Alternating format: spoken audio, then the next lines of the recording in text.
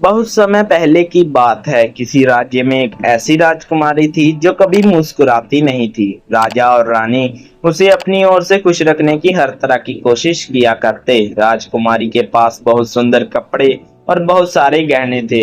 दरबार के सभी मंत्री अपनी हरकतों व चुटकुलों से उसे हंसाने की कोशिश किया करते, पर राजकुमारी की मुस्कान ना जाने कहाँ खो गई थी।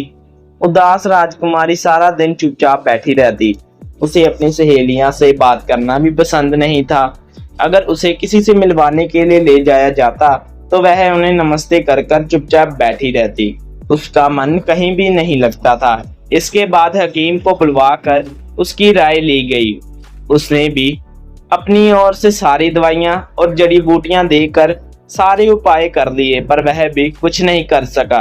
राजकुमारी फिर भी नहीं मुस्कुराई।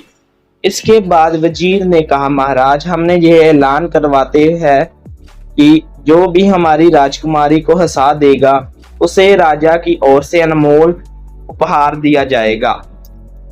मेरे राज्य की सबसे ज्यादा अनमोल तो मेरी बेटी है। राजा ने ऐसा सोचा। राजा ने यह ऐलान कर दिया, जो भी मेरी बेटी की खोई हुई मुस्कान वापस लाएगा मैं उससे अपनी बेटी का विवाह कर दूंगा।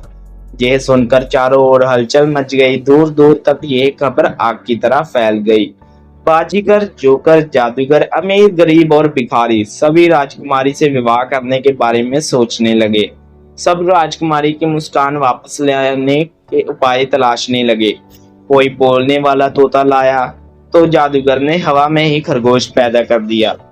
अपनी टोपी से रिबन और रंगीला मफलर निकाला। इसी तरह बाजीगर ने कई तरह के खेल दिखाए। व्यापारियों ने दूसरे देशों से लाई मजेदार चीजें दिखाई, लेकिन राजकुमारी के चेहरे पर मुस्कान की हल्की सी रेखा भी नहीं आई।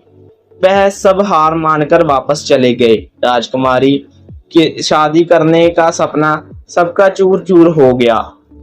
एक जवान लकड़हारा ने इस ऐलान के बारे में नहीं सुना था।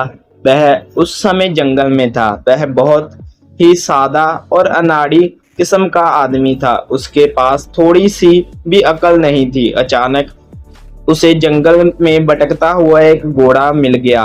वह घोड़ा राजा के अस्तबल में अभी नया आया था। लकड़हारे ने पहले कभी घोड़ा नहीं देखा था। उसने उसके आसपास घूमकर देखा। उसका एक मुंह, बड़ा सा शरीर और पूंछ के रूप में बालों का एक गुच्छा था। शायद ये घर तक लकड़ियां ले जाने में मेरी मदद कर सकता है। इसकी एक और आंखें हैं पर दूसरी ओर कुछ नहीं है। बेहतर होगा कि मैं दूसरी ओर मुंह कर कर बैठूं। इस तरह हम दोनों ओर से देख सकेंगे, उसने सोचा। वह घोड़े पर उल्ट मुंह कर कर बैठ गया और हाथों में उसने अपने लकड़ियां का गट्ठा थाम लिया। अचानक घोड़ा हवा से बातें करने लगा। डर कर लकड़हारे ने गट्ठर फेंक दी और घोड़े की पूंछ पकड़ ली।